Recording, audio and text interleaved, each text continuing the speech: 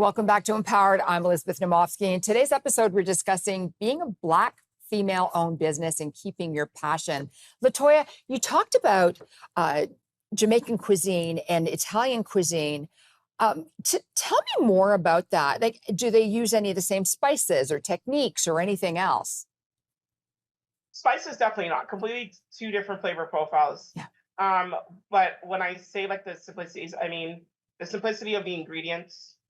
Like you can take Italian food, you can get the simplest stuff like a margarita pizza, or you get a really nice pomodoro sauce and just have a really good pasta noodle, or and put some fresh basil on that, and just very simple. Jamaican cuisine, if you have thyme and onion, and pepper, you can make a whole bunch of different cuisines. So it's just the simplicity, but a good, wholesome, stick to your bone kind of food.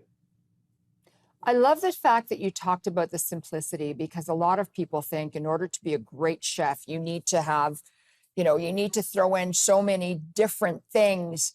But I love the fact that you talked about, no, they're two incredible cuisines, but extremely simple. And the ease of the simplicity just makes them spectacular. I want to move on to, some of the biggest challenges that you faced as a female entrepreneur, because all female entrepreneurs face something completely different. Yeah, I mean, I think it makes me laugh all the time because literally till this day, it happened to me. I won't say which major national publication we were doing, and somebody was there and they asked me where my boss was. Ugh.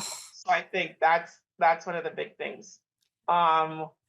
Or the surprise, the physical surprise you could see in somebody's face when you're like, yeah, I have my own business. And they're like, oh, well, do you cook from home? Or like, do you like have like a little brick and mortar? And I'm like, no, we actually have a pretty big venue. Our venue is almost 3,000 square feet. Like, yeah. They're like, oh, well, where are your partners? I'm like, nope, just me. I have Good an for amazing you. team though. I have an amazing team. God knows, like even today, I had major personal family crisis happening. And I could literally just make some phone calls and my team just did the order and stepped in, and so that's a big thing, having the right people around you. But the challenges are going to be a constant, I think, with we're just in a male dominated industry, but I think that is not a crutch. I actually think it's empowerment, for lack of a better term. To use that and have that driving force, because it just keeps you on top of your game. It keeps you pushing for more. It keeps you in the circle, keeps you at the head of the table. So, or at least gets you a seat at the table, Yeah. which is all that we always continue to want in our careers, is to just have a seat at the table. Absolutely, La-toya. And a good leader always surrounds themselves with really good people. You talked about how incredible your team is. And that's why you're so good at what you do, because you don't try to do it all. You've got a great team that helps you through. How have you overcome any of your obstacles or barriers in your journey as an entrepreneur, other than people asking those questions? Yeah. I just keep faith. I've got on my side and I believe in myself. I know that I'm good at what I do. I think I'm great at what I do. I have a passion for it. I have a drive for it, and you just have to keep moving. You got to block out the background noise, because opinions don't pay bills. Number one.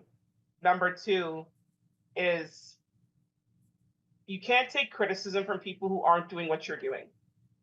Yeah. So that's a major thing. So I kind of look at who is giving me feedback and who is saying things, because then I could take it as constructive criticism, or I can take it as somebody who's just has no idea what they're talking about, or somebody that I have to say, you know what, how about you stay in your lane and I'll continue to run ahead in mine.